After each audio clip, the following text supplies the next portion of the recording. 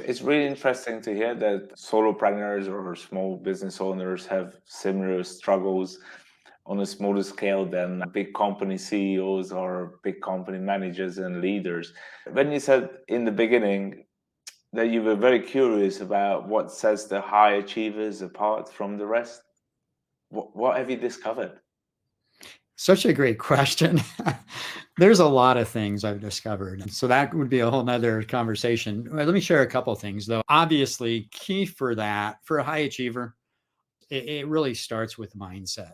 And that's something that understanding the power of the mind and beliefs and systems. And even when you look at high performing athletes, the work that has been done around that and understanding mindset and being able to regulate and control your emotions. And that's why I think we know now that it's not IQ that is responsible for the success of individuals moving up the corporate ladder. It's EQ or emotional intelligence that really is the game changer, because it's not only about your understanding yourself and figuring yourself out so you can manage and regulate your emotions, but understanding other people and having skills of influence and to be able to do that. Now, you don't have to have maybe the as much of the interpersonal skills to be a high performer, but it certainly helps. There's some amazing athletes that you would say, arguably, they don't have a lot of that tact or skill in terms of how they relate to other people, but they're so good.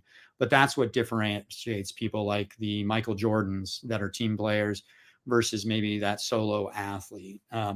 But I think it's the tenacity, it's the grit, and the things you were talking about that person shared with you. It's, you know what, you want to fail and you want to make sure you're learning from it. You just don't repeat that mistake. And so, how you approach things with tenacity or resilience, another word, or grit, the work by Angela Duckworth, like understanding how you can build that in to an individual and how you can develop it. Again, we can develop any of these things in life. And it's a lot of the mindset and attitudes around what you're doing that really differentiates those people that are high performers versus those that don't ever get there.